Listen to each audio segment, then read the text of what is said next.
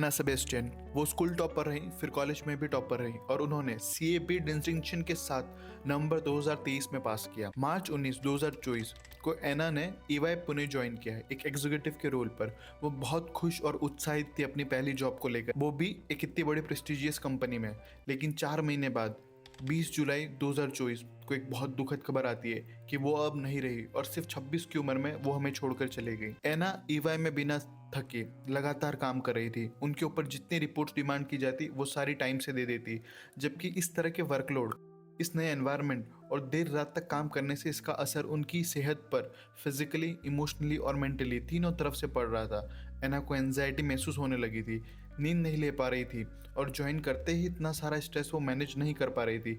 पर फिर भी वो लड़ती रही इस विश्वास पर कि hard work and perseverance are the key to success. 6 जुलाई शनिवार को उनकी मम्मी और पापा पुणे एना के CA कन्वोकेशन के लिए पहुंचते हैं। एना उनको बताती है कि देर लगभग रात 1 बजे ऑफिस से लौटने पर उसे पिछले 1 सप्ताह से चेस्ट पेन हो रहा है। वो उसे पुणे के एक हॉस्पिटल में ले जाते हैं। उसका ECG बिल्कुल नॉर्मल आता है। फिर कार्डियोलॉजिस्ट उनको बताता है कि एना ज़रूरत के हिसाब से नींद नहीं ले रही है और वो खाना भी काफ़ी लेट खा रही है। वो उन्हें कुछ एंटासिड्स लेने की राह देता है और भरोसा देता है कि कुछ ज़्यादा सीरियस नहीं है। उसके बाद एना वापस काम पर जाने की बात करती है क्योंकि काफ़ी काम बचा है और उसे छुट्टी भी नहीं मिली। एना के मम्मी पापा कहते हैं हम कोची से आए, फिर भी वो काम पर चले गई और फिर वो देर रात में लौटी।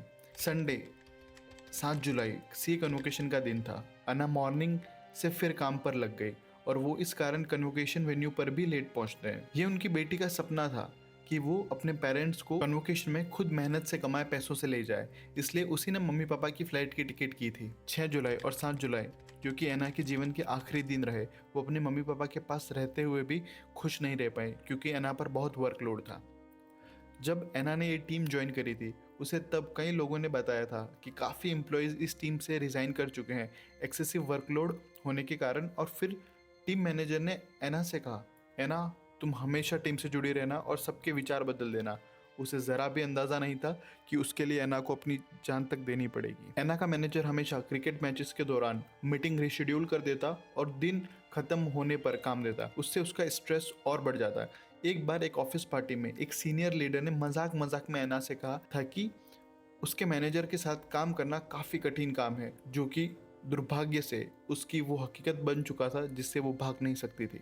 एना ने उसके मम्मी पापा को इस हद से ज़्यादा वर्कलोड और खासकर जो कि मैनेजर सिर्फ बोल देता और वो ऑफिशियल भी नहीं होता, इन कामों के बारे में बताया था। उसके मम्मी ने एना को ऐसे कामों को ना कहने की भी राह दी थी। इस पर एना बोली, माँ पर मैनेजर सुनते ही नहीं।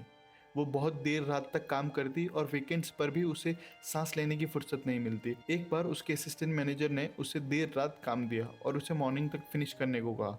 अब उसका दिन खत्म ही हुआ था कि फिर से काम मिल गया और उसके पास आराम करने का समय भी नहीं बचा। जब एना ने इस पर आवाज उठाई तो उसे कहा गया कि तुम देर रात तक काम कर सकती हो, वो सब भी यही करते हैं। एना बहुत ही थकी हालत में घर आती है और कभी कभी आते ही बिना कपड़े बदले बिस्तर पर गिर जाती है और फिर इतने में ही और नए मैसेज आ जाते हैं काम और रिपोर्ट्स बनाने के लिए। अपनी तरफ से पूरी कोशिश करती है हर डेडलाइन को मीट करने की। वो बहुत जिद्दी थी और इतना इजीली गिव अप नहीं करती थी, पर यह सब उसके लिए हद से ज्यादा हो गया था। एना कभी अपने मैनेजर को ब्लेम नहीं करती, वो इन सब चीजों के लिए बहुत मासूम थी, पर उनकी मम्मी चुप नहीं रहेंगी। न्यू कमर्स को कमर टूट जाए तब तक दिन रात काम करवाना और संडेज को भी काम करवाना कहीं का न्याय नहीं है। एक न्यू कमर अपना होम टाउन, मम्मी पापा और सभी प्यार करने वाले लोगों को छोड़कर आता है।